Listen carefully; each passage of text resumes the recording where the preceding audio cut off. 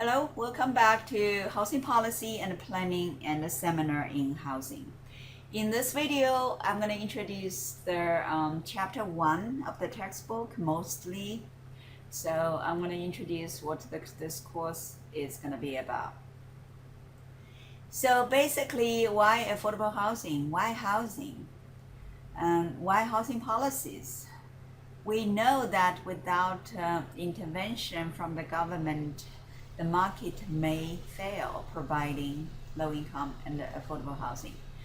Therefore, in the 20th century, there were a lot of the housing legislation trying to promote homeownership and also trying to assist homeowners and renters to be able to afford to live in a decent, sanitary, and high-quality home. For example, 1949 Housing Act, the goal is trying to create a decent home in a suitable living environment for every American family.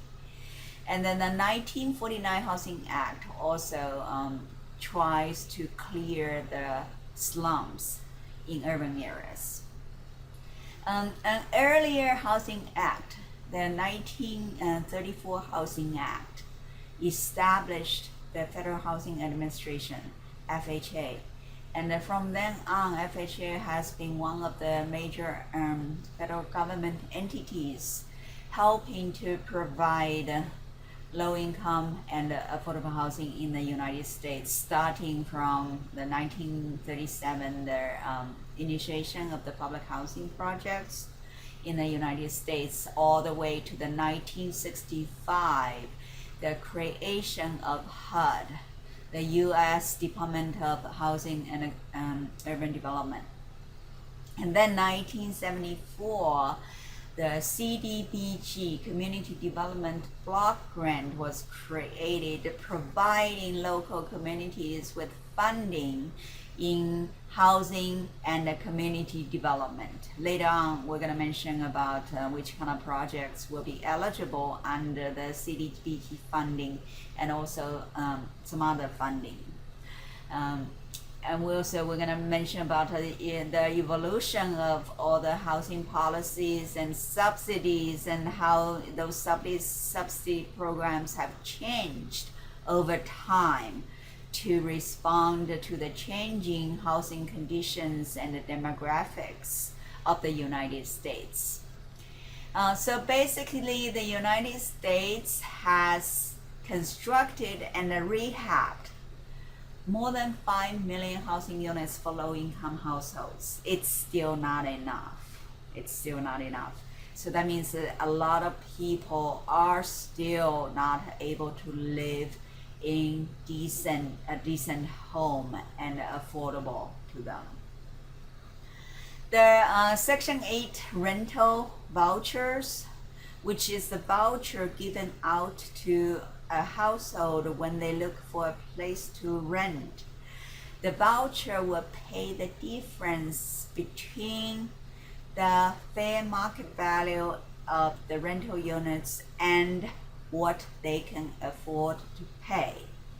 Later, I'm going to mention what they can afford to pay, indicating that not more than 30% of their gross income. So for example, if they make $1,200 a month as a gross income, 30% of the $1,400 will be $420. So that means they cannot pay more than $420 towards a rental unit if they hold a rental voucher. If their rental unit would cost $800 to rent, and they 30%, their gross income is $420. So that means the rental voucher from HUD would be able to pay for the difference between $800 minus $420, which is $380. So in that case, the rental voucher has helped a lot of renters to find a decent home. Remember, it's a rental voucher, so that means they give to their tenants or the household when they look for a home, as long as the landlord accepts the voucher, regardless where the housing unit is located at. As long as the landlord accepts the voucher, as long as the rent does not exceed the fair market rent determined by HUD, then the household will be able to get the payment from HUD and in order to live in that unit. So a few conditions have to meet, like for example, the rent cannot exceed the fair market value rent, and the maximum payout for the household towards the rent cannot exceed 30% of the income. We will talk about those the voucher programs later on. So the rental vouchers and also the like low-income housing tax credit and also many other different types of subsidies have already been able to provide a lot of housing for more than let's say 7 million families and households. However, nowadays, still around 40% of the nation's population lived in physically deficient housing. Although later we're going to mention that the deficiency has been so minor nowadays. And many of us, not just them, okay, not those people who just lived in physically deficient housing, but many of us spend more than 30% of their income on housing. And then some other population were homeless. And also if you take into consideration of the transportation cost, that means that we pretty much spend a very large portion of our income just in housing and transportation. Two of the largest expenses for a regular household, not for those, really rich and wealthy people. For them, maybe they don't have to spend like 30% or more of their income on housing.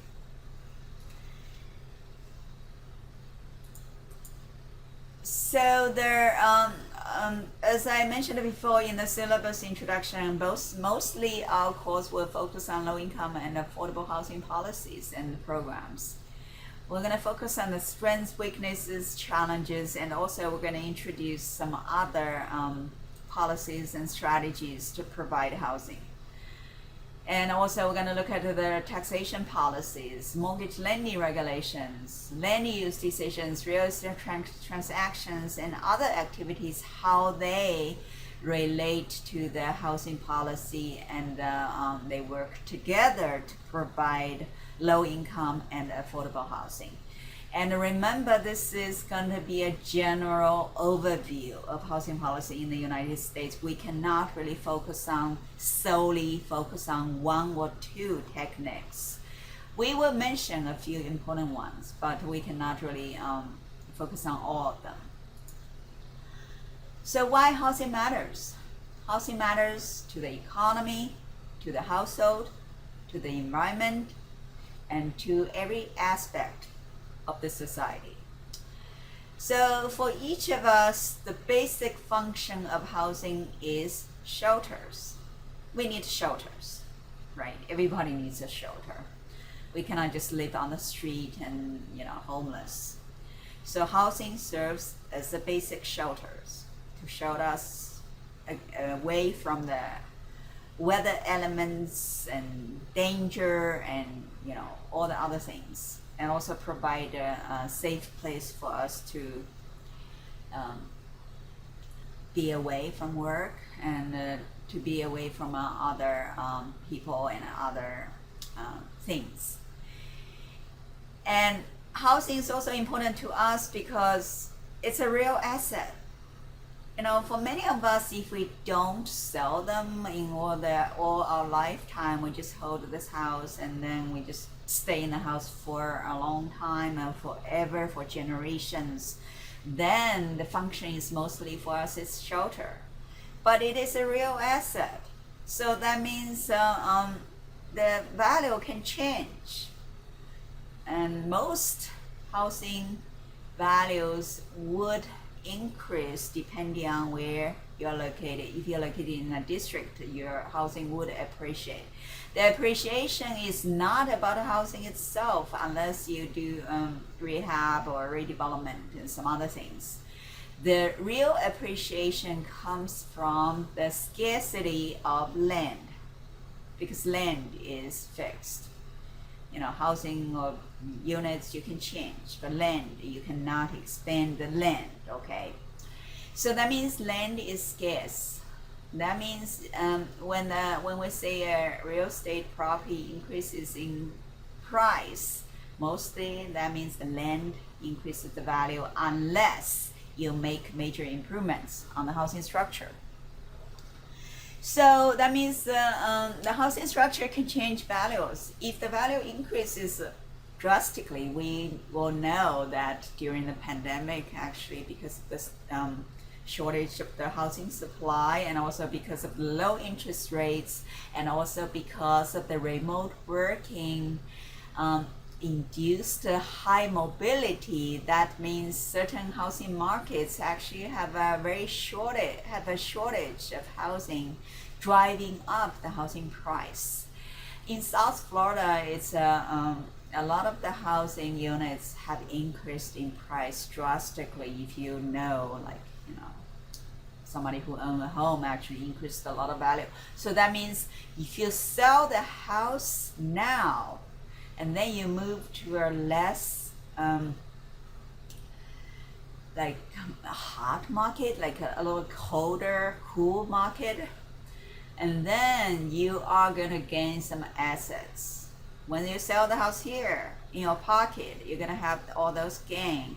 And for primary residents, most likely you would not pay the capital gains, because capital gains tax only applies to households with a certain higher than a certain income level, and the capital gains exceeds certain threshold. Like for example, for a single person who's filing the tax on his, her, or their own, if the income is not over a certain limit, if their housing capital gain is more than $250,000, they will not be able to, subject to a capital gains tax. But if the income is higher than a threshold and the capital gain is more than $250,000, they may have to pay a capital gains tax. For couples filing jointly, the capital gains tax threshold would increase usually like double. So for example, for single is capital gains, if it's more than $250,000, and you are subject to capital gains tax. But for a couple filing jointly, that capital gain would threshold would increase to $500,000, which is $500,000. So real estate or housing is a real asset for a lot of us. And also it's very important for us regarding the physical and the mental health. If we don't live in a decent home, we are in a crowded place, or we live in temporary housing, we live in a tent, or live in a slum, and all those other not so high condition housing or high quality housing, then the mental and the physical health might be affected. And also the school performance of children will be affected, and especially for those children who do not live in stable homes. And also housing usually is the largest expense in a regular household. In addition to transportation. Transportation oftentimes is second largest expense for a regular household. Housing also has a very profound environmental impact, because households generate a lot of greenhouse gases. Residential housing and transportation accounted for 56% of the greenhouse emissions in the US. So just think about it. how can we really reduce that greenhouse emission? That means we have to focus on housing and focus on transportation. Housing we would target to zero energy housing. It's impossible to get a zero energy, but they will have aspirational goals trying to achieve zero energy housing. For transportation, also you want to lower the emissions, so that means maybe you have to consider the current fueling mechanism for transportation, and we have to promote public transit, and also we may have to promote environmentally friendly fuel, for example electronic vehicles, and also maybe some other like fuels based on hydrogen and some other fuels. But for the hydrogen, I don't think it's very promising.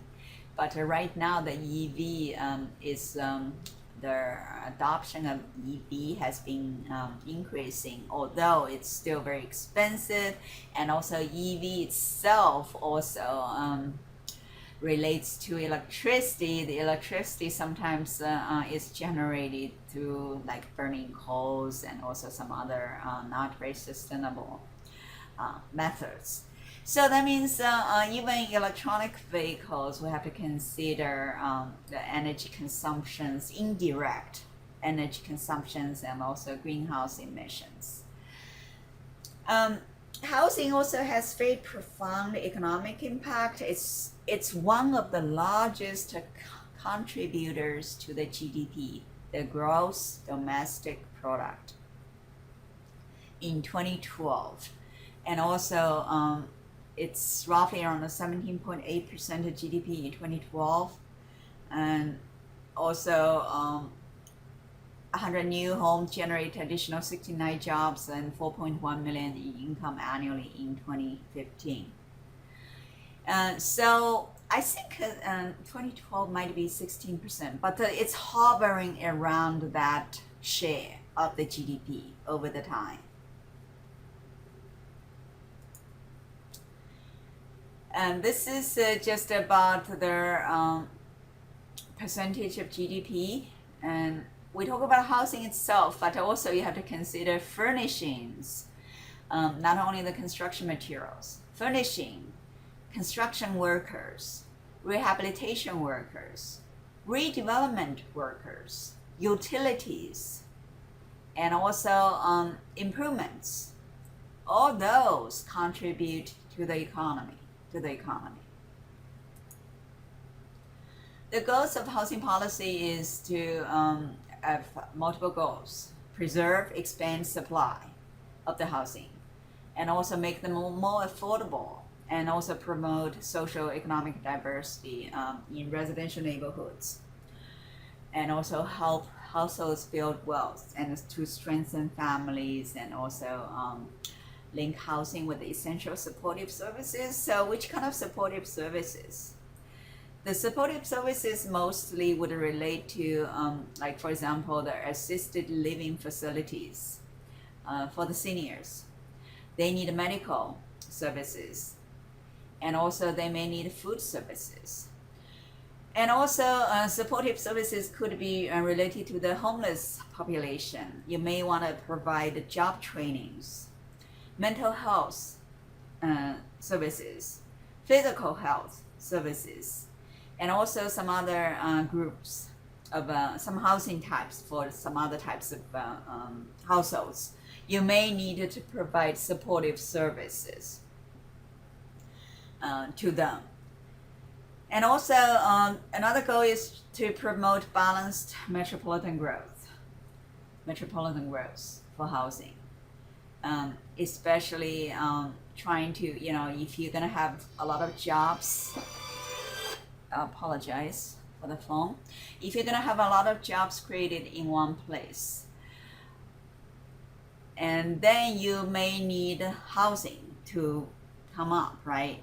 If you don't have decent, affordable housing, and then you will not be able to attract economic growth and promote economic growth. So especially in like certain areas, the economic it's stagnant, and then housing itself, the sector, like what I mentioned, it's a largest sector to contribute to the GDP. So that means the housing sector is going to promote economic growth as well. In that way, could be a stimulus for more balanced metropolitan growth. Housing policies there are different forms. Some focus on home ownership.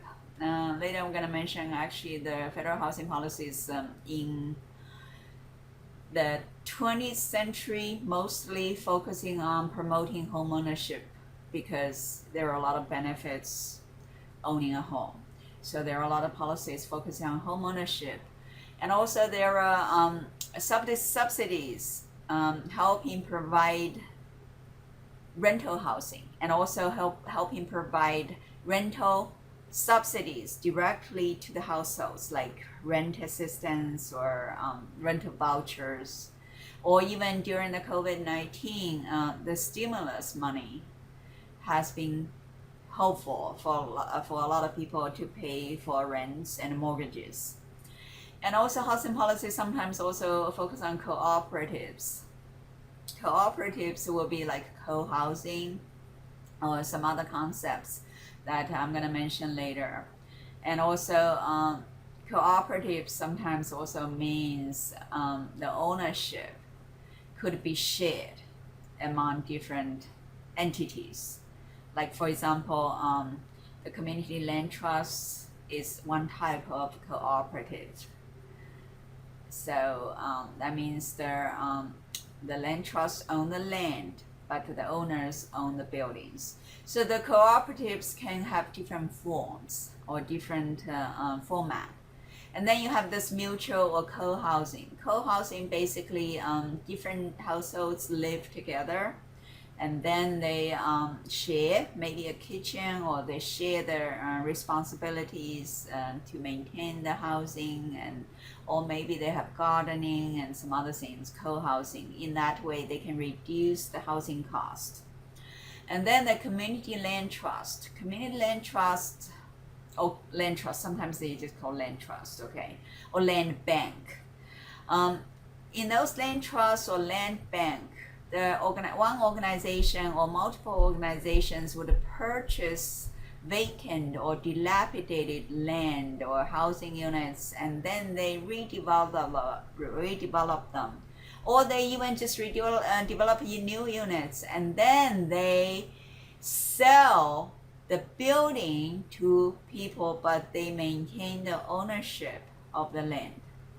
Because we all know when you purchase a home, the home price has two parts. One is the land price, another one is the structure price.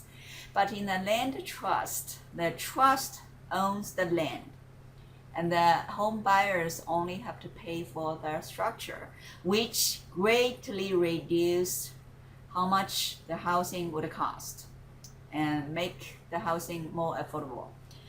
They do have some restrictions when you sell the house. Like for example, you cannot really sell the house at the same profit or same price as other market value housing without the shared equity. It's called land trust. Actually, a lot of times it's called a shared equity housing. So this is one type of housing policy. Community land trust actually is very limited, has a very limited scope, providing a limited number of housing units, but it's important. Anything helps. Anything helps. Another option is called a lease to purchase. So basically, there's an agreement between the landlord and the tenants. So the landlord and tenants have that based on agreement. When the tenant pays the rent, part of the rent would be counted towards the future purchase of the unit. So that's called a lease to purchase programs or policies. So government's roles in shaping housing policies oftentimes have direct subsidies, such as supply versus demand side, deep versus shallow. Deep subsidies oftentimes relate to providing direct assistance to the households. Like for example, the Section 8 rental vouchers is one type of a deep subsidy. And then there are tax incentives, like for example, if you purchase a home and then you pay the property tax and the mortgage interests, the property tax and mortgage interests will be tax deductible. So when you file the federal tax return, you can deduct the mortgage interests and also the property taxes, and also even sometimes the points. I'm going to mention later about what points are. And then there are regulations of real estate professionals, and they need a license, they need exams, and also they need to follow their regulations to practice. And then there are land use regulations, especially, and zoning regulations relating to how to provide affordable housing. In Minnesota, they abandoned their single family zoning ordinance. So there's no more single family zoning categories in the zoning ordinance, and because they want to use they want to eliminate that so that it can promote more affordable housing and a mixed use development. Land use and zoning regulations sometimes if you separate land uses, which is a traditional Euclidean zoning, and you're going to generate a lot of problems, like separation of uses, and also more commuting, and also some other costs, municipal costs. And also some of the land uses, such as the minimum land lot size, could be a prohibiting factor to provide affordable housing. If you're gonna say, hey, okay, for our municipality, we're gonna have a minimum lot size of 1 acre, and that will greatly limits the density you're able to build housing and also affordable housing. And also some municipalities have a lot of more exclusionary housing policies. But some communities adopted inclusionary zoning that I'm going to mention later on. That means oftentimes the zoning and land use regulations would encourage the provision of affordable housing. And also building codes also play some roles in promoting or prohibiting or interfering with the provision of affordable housing. And the government mostly also focus on affordable housing policies using subsidies, tax incentives, the density bonus, and all kinds of regulations to promote affordable housing. Like what I mentioned before, homeownership has been really encouraged. The federal government used different types of tax deductions to promote homeownership. And also the government also used different policies to promote low-income housing and affordable housing. For example, supply side subsidies, mostly providing subsidies to the developers to provide housing units. The demand side subsidies mostly will be focusing on their households level to help them to be able to afford to live in a decent home.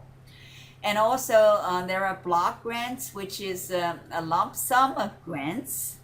And then as long as you use the grants in the eligible activities, you can use them to help with the housing and community development in your local community.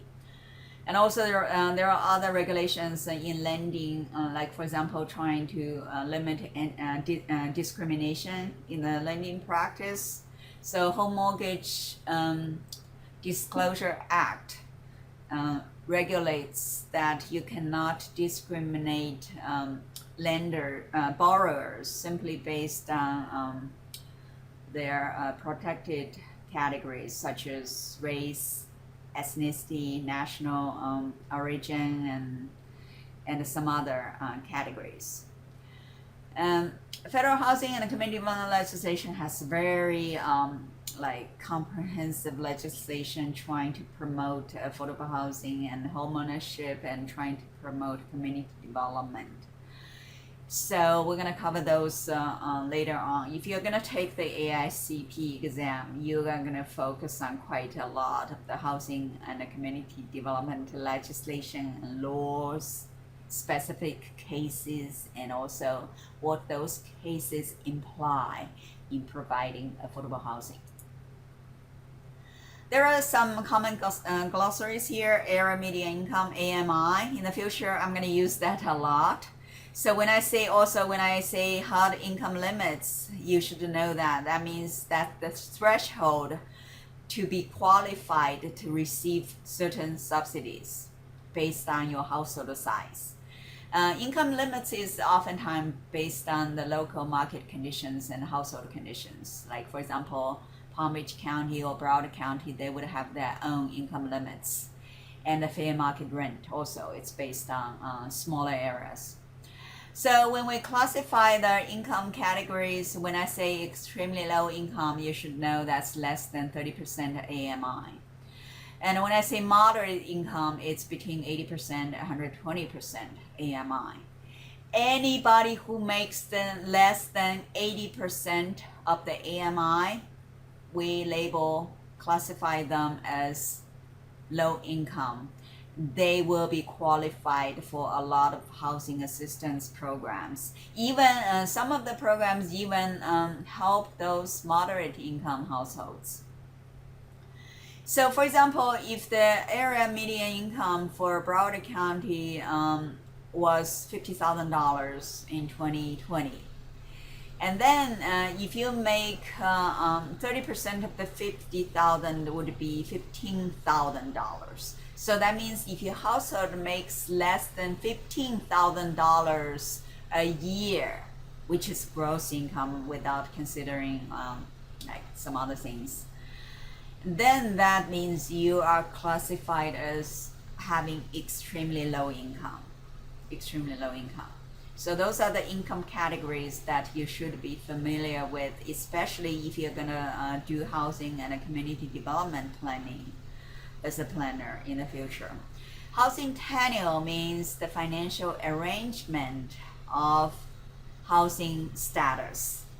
And the housing tenure oftentimes classified as homeowners versus renters. And we'll oftentimes say homeownership versus rental or renters. So that's housing tenure. Whenever I say tenure, that means either homeowners or renters. So that's the lecture, and let me know if you have any questions. Again, my email is yli22@fau.edu.